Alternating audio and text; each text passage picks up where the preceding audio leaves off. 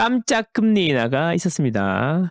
2달 연속 내리는 건데 사실 아무도 예상을 못했죠. 전문가들도 대부분 예상을 못했는데 연속으로 2번 내린 거는 2008년 금융위기 이후에 처음이라고 하는데요. 갑자기 예상을 깨고 금리 인하를 한 속사정과 이게 부동산에 어떤 영향을 미칠지 그런 이야기 한번 해보겠습니다. 아파트는 망고쌤. 자, 금리가 이제 3.25에서 3.0으로 내려갔습니다. 보시면 이게 쭉 내려오다가 야, 2022년 한번 보세요. 이렇게 0.5에서 이렇게 올라갔었잖아요. 그래서 우리가 얼마나 힘들었습니까? 그런데 이제 문제는 여기서 피벗을 했다는 거죠. 지난달에 피벗을 해갖고 이제 내려오기 시작하는데 제가 예전에 말씀드린 게 금리는 한번 방향을 잡으면 한쪽으로 계속 간다. 그런 말씀을 드렸거든요. 보시면 한번 내리면 이게 계속 내리고요. 한번 오르면 피벗하면 또 계속 오르고 또 피벗하면 계속 이렇게 내린다는 거죠. 이게 뭐 2번 이렇게 올랐지만 이 기간이 결코 짧지 않은 시간이다. 2, 3년씩 된다 이런 거예요. 그리고 이렇게 내려갔다가 쭉 올라갔다가 다시 내려갔다가 이렇게 방향을 잡으면 한참 동안 가는 성질이 있다. 지금 이제 2번 했으니까 앞으로는 어떻게 될 것 같습니까? 그런 이야기죠. 그런데 12월에는 금융통화위원회가 없습니다. 1월에 해야 되는데 그러면 12월 쉬고 1월에 해야 되는 거니까 거의 뭐 2달 가까이 금리 결정을 하지를 못한다는 거지. 그러면 왜 지금 우리 예상을 깨고 내렸을까 생각해보면 2달을 참기에는 그게 50일이죠. 50일을 참기에는 급박했구나라는 것을 알 수가 있습니다. 그래서 2달 연속 내린 것 같습니다. 이제 12월 없으니까 1월 달 한 50일 정도 뒤나 돼야지 또 내릴 수 있다 이런 겁니다. 금리 인하의 배경에 대해서 설명을 하고 있어요. 한국은행에서. 자, 한번 볼게요. 환율의 변동성은 확대됐지만 이제 여기서 중요한 게 확대되었다 하지만이잖아요. 하지만 그 환율 변동성이 확대되는 거는 좋은 건 아니죠. 환율 변동성이 확대됐다는 거는 이게 사실은 아래 위로 위로 왔다 갔다 많이 한다는 게 아니라 이제 위로 많이 올라가고 있죠. 도널드 트럼프가 당선이 됐어요.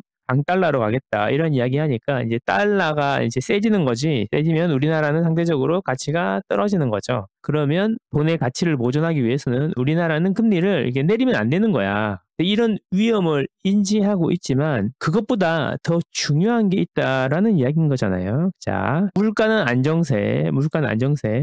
글쎄, 저는 의견이 조금 다르긴 한데 안정세가 아니고 좀 늦은 것 같긴 한데 어쨌든 안정세고요. 가계부채는 둔화되었다. 가계부채. 주택담보대출 이야기죠? 둔화되었다. 그러니까 환율 변동성은 확대되었고 물가도 안정되었고 가계부채도 둔화되었는데 그러면 뭐 굳이 내릴 이유가 없지 않니? 한데 보시면 성장의 하방 압력이 증대되었다. 이것 때문이라는 거죠. 성장의 하방 압력이라는 거는 경제 성장의 하방 압력. 그러니까 성장률이 자꾸 떨어지는 것 같다. 소상공인이 힘들다. 자영업이 힘들다. 중소기업이 힘들다. 대기업도 수출이 잘 안 된다. 내수 경기도 힘들다. 경기가 안 좋아지고 있다. 자기들 예상보다 더 빠르게. 그렇다는 겁니다. 그래서 여기서 보시면 결국 경기 하방 리스크를 완화하는 것이 적절하다고 판단했다라는 겁니다. 자, 그러니까 경기가 춥고 사람들도 투자도 안 하고 돈도 안 쓰니까 금리를 낮춰가지고 좀 돈도 쓰고 투자도 하게 만들어야 되겠다 이런 이야기죠.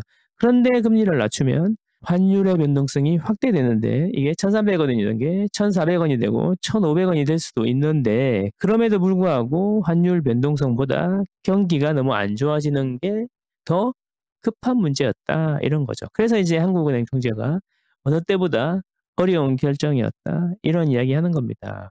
결국 뭐냐면은 경기가 생각보다 너무 빨리 침체가 되고 있다. 이런 거였죠. 자, 그러면 미국이 금리를 이렇게 올려가지고 아직도 4.75인데 우리가 미국보다 금리가 낮잖아요. 많이 낮잖아요. 그러면 이게 차이가 벌어질수록 한국에서는 뭐 쉽게 이야기하면 금리를 3.25를 주고 미국에서는 4.5를 줘. 그런데 미국은 또 강달러로 갔네. 트럼프가 당선이 돼갖고. 그러면 한국의 돈이 미국으로 빠져나가겠죠. 그런데 한국에 만약에 그 사람들이 주식을 투자해놨거나 이러면 달러를 원화로 바꿔놨겠죠. 그 원화를 빼갈 때 원화로 빼가는 게 아니라 달러로 바꿔서 빼가겠죠. 그래서 그 순간에 달러와 원화의 수요에 따라서 환율이 결정되는 거죠. 환율. 그러니까 갑자기 달러로 바꾼 사람들이 많으면 환율이 올라가는 거고 갑자기 달러로 바꾼 사람들이 적으면 환율이 내려가는 게 되는 건데 이렇게 금리 차가 크면 원화를 팔고 달러를 사서 나가는 사람들이 많아지는 거니까 금리를 낮추면 안 되는 거였다. 이런 이야기예요. 그럼에도 불구하고 뭐 때문에 한다고? 경기의 하방 압력이 높아졌다. 그러니까 경기가 너무 안 좋아지고 있다. 그래서 환율 잘 모르겠고 일단 이거부터 살려야겠다. 뭐 경기 이런 겁니다.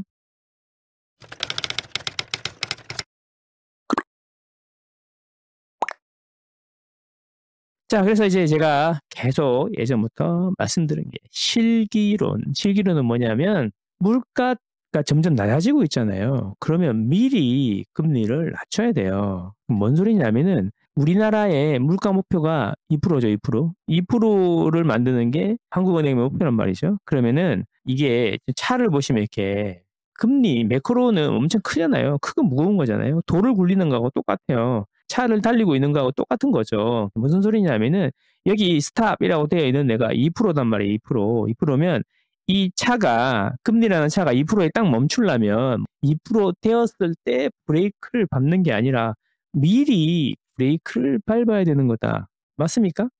그래야지 차가 여기에 정지선에 정확하게 쓸 거 아닙니까? 2%라는 정지선에.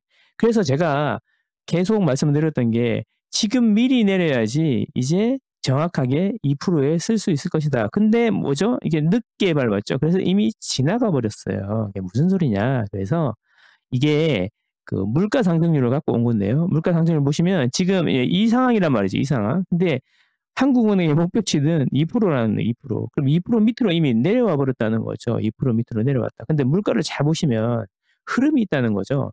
여기 바닥을 찍고 올라오는 흐름이 있고 바닥을 찍고 내려가는 흐름이 있지 않습니까? 그러면 적어도 이때쯤이면 2%에 맞추려면 지금부터 슬슬 내리기 시작해서 2%에 맞춰야겠다. 이렇게 해야 되는 건데 이게 여기 와 있는 상태에서 이미 2% 밑으로 떨어진 상태에서 브레이크를 밟았다는 거죠. 그러니까 이게 실기론이 나오는 겁니다. 그런데 뭐 나중에 평가해달라 이런 이야기 하는데 이미 엎질러진 물인데 말입니다.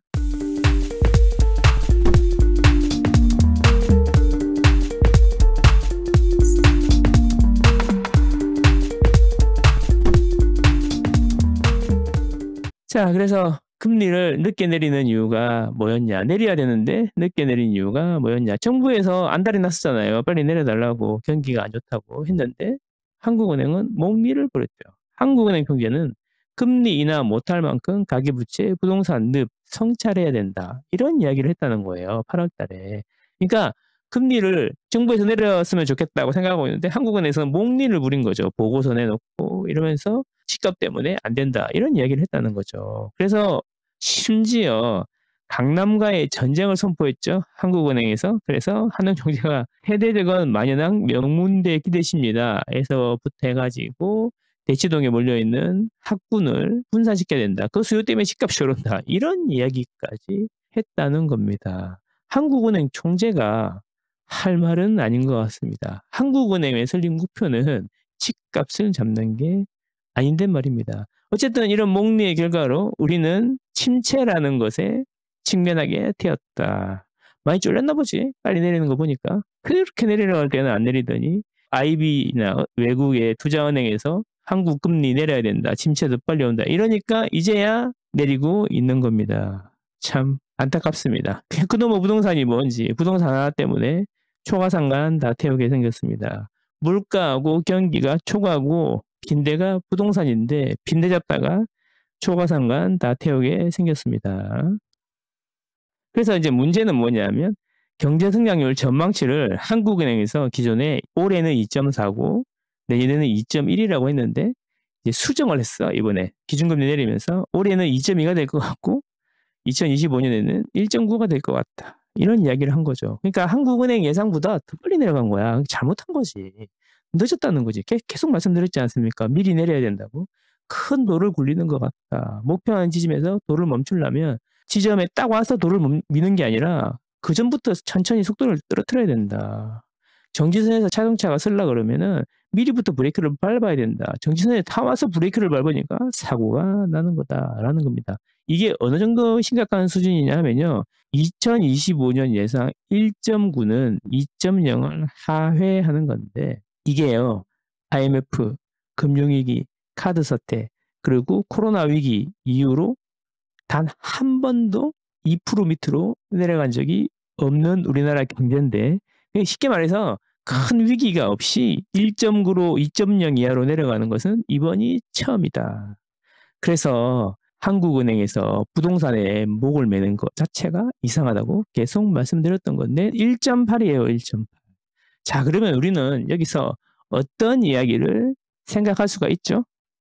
자, 이제는 부동산이 좀 덜썩덜썩 하더라도 금리를 내리는 속도가 빨라지겠구나. 이렇게 생각할 수 있지 않겠습니까? 적어도 내년에는 대출금리, 그러니까 가상금리 장난은 이제 줄어들 거다. 이런 이야기죠. 계속 말씀드렸습니다. 그리고 연말 되면 뭔 이야기 나온다고요? 은행들이 돈 잔치한다. 서민들은 힘들어 죽겠는데 이런 이야기 나올 겁니다. 그런 겁니다. 저는 돈 잔치해도 괜찮다고 생각합니다. 왜냐하면 사기업이 열심히 노력해가지고 이익을 많이 추구하는 것 자체가 그들의 설립 목적이고 여러분도 그렇고 저도 그렇고 우리는 자기의 이익을 위해서 열심히 일하는 거 아니겠습니까? 그렇습니다. 저는 그렇게 생각합니다. 어쨌든 그래도 뭐 언론이나 이런 데서는 비판이 있기 마련이죠. 구독, 좋아요, 구독, 좋아요.